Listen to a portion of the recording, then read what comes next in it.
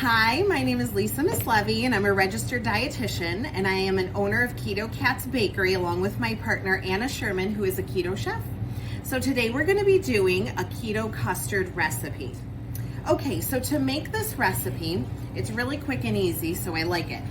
So you're going to want to get a pot, and actually I like adding everything right to the pot. Oh, and I have the scale here because I want to show you, in case you don't know, you're going to always need a scale when you're cooking or baking like this. You're going to put your bowl of ingredient on there and tare it while it's empty, and then fill it, and that's how you're going to find out how many grams of everything you need. So I already pre-measured this so you don't have to watch. This is 127 grams of powdered sweetener, okay? That goes right in your pot. You are then going to add 6 egg yolks. And I'm gonna grab a spatula here because sometimes these stick to the bowl. So 6 yolks, and that is about 102 grams. Now, if you have a different size egg and it comes out way more or way under 102 grams, you can just mix it and then take out the portion required to get it to 102 grams. Okay, then you're going to add cream, heavy cream, and it's 476 grams. So we're gonna add that, and then I like to scoop it because it does stick to the cup, and you wanna get all your grams in there that you weighed out. Okay, and then at this point you can also add your salt too. So I've already measured this out, and it is 3 grams of salt, okay?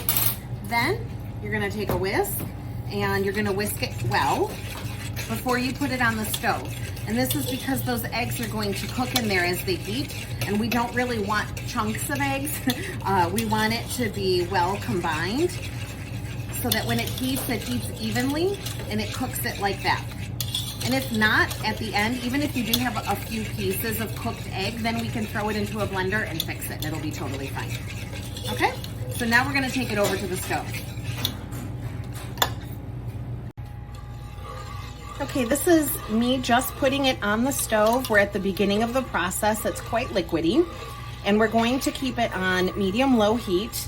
We're going to continuously stir to prevent the egg from cooking into chunks while we're waiting for it to thicken.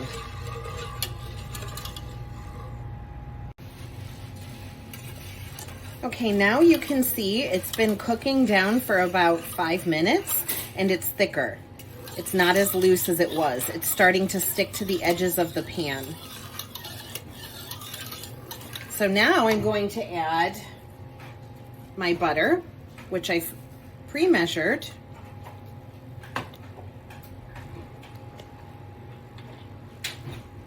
And I'm also going to add my vanilla.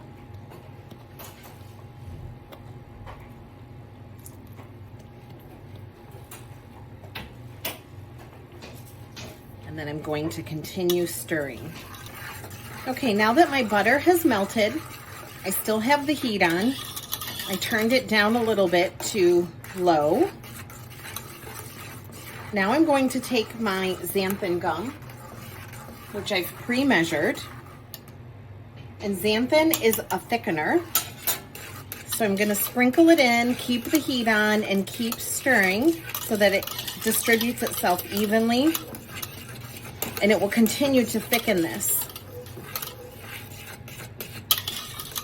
I'm gonna cook this for another couple of minutes until I feel it get thicker.